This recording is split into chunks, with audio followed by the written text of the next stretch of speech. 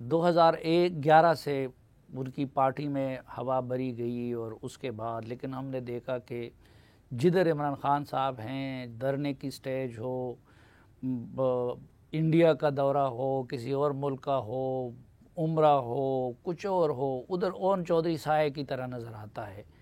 उस रात कार्ड्स भी आपने तकसीम किए और बाकी लोगों को आपने मदऊ किया, लेकिन ख़ुद सुबह आप हलफ बर्दारी की तकरीब में नहीं थे और उसके बाद हमने देखा कि आप दोनों के रास्ते जुदा हो गए। तो ये क्या हुआ?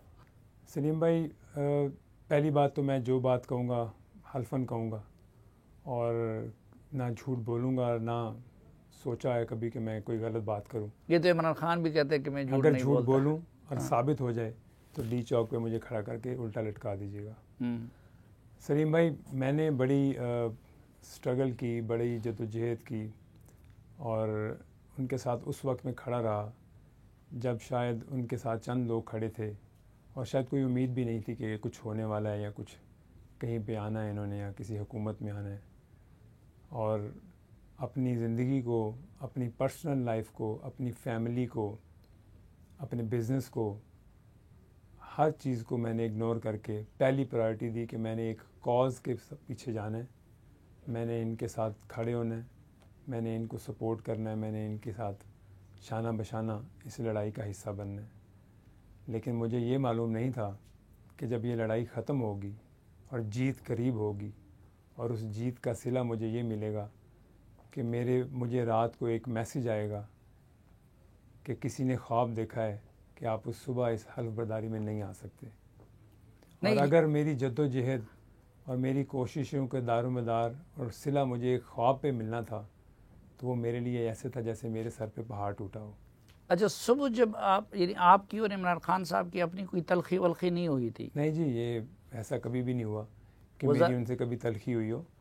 लेकिन ये कोई तनाज़ा पहले से कुछ भी नहीं था, बस सिर्फ ये था कि सुबह आपको इमरान खान साहब का मैसेज आया कि मेरी हलफ बर्दारी में आप नहीं आ सकते। मुझे रात को 2 बजे मैसेज आया और मेरे पास मैसेज ऑन रिकॉर्ड सेव्ड है। आप जब कहेंगे मैं वो मैसेज दिखा दूंगा आपको। तो उस मैसेज अगर फ़ैसले हमारी वफ़ादारियों के फ़ैसले ख्वाबों पे होने हैं तो इन फैसलों से हम ऐसे ही अच्छे नहीं। तो इमरान खान साहब ने उसमें ये लिखा था कि किसी ने ख्वाब देखा है कि आपका आना ठीक नहीं है जी, और आपने सुबह हल्फ बर्दारी पर नहीं आना। और वो ख्वाब किसने, उनकी अहलिया ने? आपको पता ही है ख्वाबों पे कहाँ से फ़ैसले होते हैं और कौन करते हैं फ़ैसले, और किन के ख्वाब आगे जो हैं जिनके ख्वाबों पे फ़ैसले हुए हैं आपके सामने हैं। मेरी मालूमात के मुताबिक बुशरा बीबी से मुलाकात भी आपने उनकी करवाई थी। शादी उनकी वज़ीर-ए-आज़म बनने से कई माह पहले हुई थी। सारे मामलात आप देखते थे, घर के भी, और आप उनके बहुत करीब थे। तो सवाल ये है कि उन्होंने खान साहब को आपको हटाने का या आपको दूर करने का पहले क्यों नहीं कहा? ये तो मैं कुछ नहीं कह सकता, ये तो उनको पता है कि उन्होंने क्यों नहीं कहा, कि उनके प्लान में क्या था और उनका क्या प्लान था। लेकिन वो प्लान बाद में समझ आ गया कि प्लान एक्चुअली था क्या। नहीं, आपने कुछ गलत किया होगा ना, इसलिए उनको ख्वाब आ गया। और ख्वाब अगर मैंने कुछ गलत किया होता तो शायद मेरा नहीं ख्याल खान साहब 3 सेकंड भी लगाते हैं पेट के अंदर बात रखने में, तो वो कब का बाहर आ गया होता। मेरा गलत मेरी वफादारी थी और खान साहब के साथ वफादारी थी, ये मेरा कसूर था। नहीं तो वजह फिर क्या? अगर मेरी वफादारी कहीं और होती तो मैं आज वहीं होता, लेकिन अल्लाह का शुक्र है कि मैं वहाँ नहीं हूँ। नहीं तो फिर वजह क्या थी? ये अल्लाह के फैसले हैं। शायद अल्लाह ने मुझे बचाना था, मुझे अल्लाह ने इस जो ये 3 सालों में 4 सालों में ये इस पाकिस्तान से जो जुल्म हुआ है, इससे अल्लाह ने मुझे दूर करना था और अल्लाह ने मुझे इनसे दूर करना था। मैं अपने अल्लाह का ख़ास करम समझता हूँ कि मुझे अल्लाह ने आईना दिखाया कि ये वो लोग नहीं हैं जिनके साथ वफ़ा की जाए, जिनके साथ रहा जाए। नहीं, लेकिन मैं फिर उसी सवाल पे आऊँगा कि आप किस नतीजे तक पहुँचे हैं कि आपको आखिर चलो ख्वाब की बुनियाद पे दूर किया गया एक SMS के ज़रिए, लेकिन वजह क्या थी? क्या तकलीफ़ थी उनसे? आप कोई जहांगीर तरीन नहीं थे? आप क्योंकि मैं वो दीवार था जिस दीवार को उन्होंने अबूर करना था और उनके अपने मकासद पूरे होने थे। वो क्या? मैं वो रुकावट था। वो मकासद आपके सामने हैं। जो गैंग आगे आई, जिस गैंग ने इस पाकिस्तान को चलाया, जिस गैंग ने पंजाब को चलाया, ये वो गैंग के पीछे प्लान थी कि इसको हटाओ और ताकि हम अपने मकासद में पूरे होंगे। और आपने देखा उस गैंग में कौन कौन थे? उस गैंग में जनाब खातून अव्वल की जो दोस्त हैं फ़रा गोगी, एहसन जमील गुजर, और एक तोहफ़ा और आया जिसको बाद में उस्मान बुज़दार साहब की शक्ल में वो सामने ले आए। प्रॉब्लम ये है, कहने का मकसद ये है कि मैंने अपनी किसी वफ़ादारी का अवार्ड नहीं लेना था। मकसद कहने का ये है कि ये एक प्लान साजिश थी, ये इनका प्लान था कि इसको हटाना है और हमने अपने मकासद पूरे करने हैं।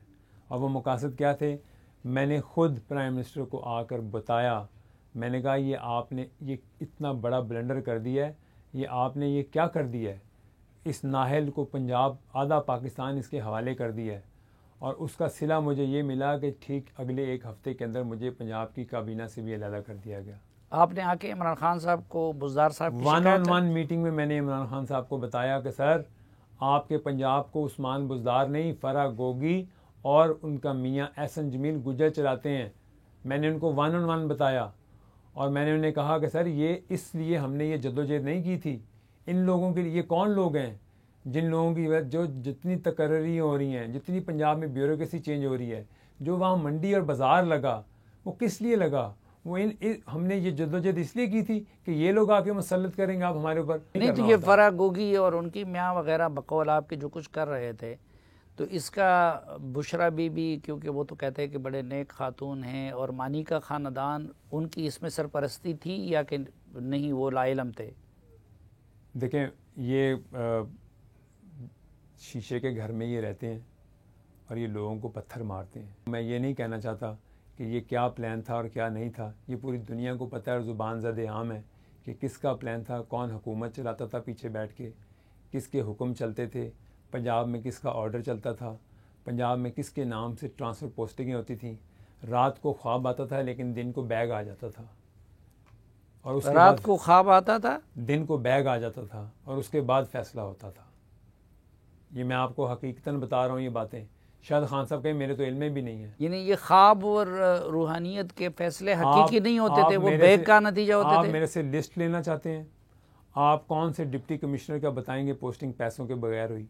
आप कौन से कमिश्नर की बताएंगे पैसों के बगैर पोस्टिंग हुई? कौन से प्रिंसिपल सेक्रेटरी की पैसों के बगैर पोस्टिंग हुई? आपके चीफ इंजीनियर तक तो पैसों से लगते रहे इस सूबे में। इस सूबे के साथ ये तो हुआ है। क्या इमरान खान इस चीज़ से लाइल्म है? क्या उनको इस चीज़ का, वो वज़ीर आज़म पाकिस्तान होने के बावजूद, तो ख्वाब तो बरीगाला में देखा जाते थे, लेकिन तो बैग लाहौर पहुंच जाता था। बैग लाहौर पहुंच जाते थे, बिल्कुल पहुंच जाता था। आप ये बात करते हैं, मैं आपको एक बात बताऊं, मेरा दिल खून के आंसू रोता है कि मैं इस कैबिनेट का, इस हुकूमत का हिस्सा क्यों रहा। मैं रिग्रेट करता हूं सलीम भाई कि मैंने उस वक्त ये एक्सेप्ट क्यों किया। मैंने तो कहा कि मुझे इन्होंने कहा कि ठीक है तुम्हें पंजाब में ज़िम्मेदारी दे रहे हैं, तुम वहाँ पे देखो, तुम मेरे आइज़ एंड ईयर्स हो, तो मुझे हकीकतन बात बताना जो पंजाब में हो रहा होगा। तो खबर बारी का और उनके बेटे भी इस दौरान किरदार रहे। ये सारी गैंग मिली हुई थी, ये सब मिले हुए थे। ये कोई ऐसी बात नहीं है कि किसी को किसी का इल्म नहीं है। ये जो पैसा, जो DPO, जो DC, जो ट्रांसफ़र पोस्टिंग, ये सब ये मानेका फैमिली तो ऐसे रूल करती थी जैसे इनके बाप को वज़ीर आज़म लगा दिया गया है। ठीक है, लेकिन मकसद कहने का ये है नया पाकिस्तान। क्या ये था वो पाकिस्तान जिसके लिए हमने दिन रात मेहनत की? आपको पता है हमने तो वो कुछ किया जो इनकी औलाद ने इनके लिए नहीं किया।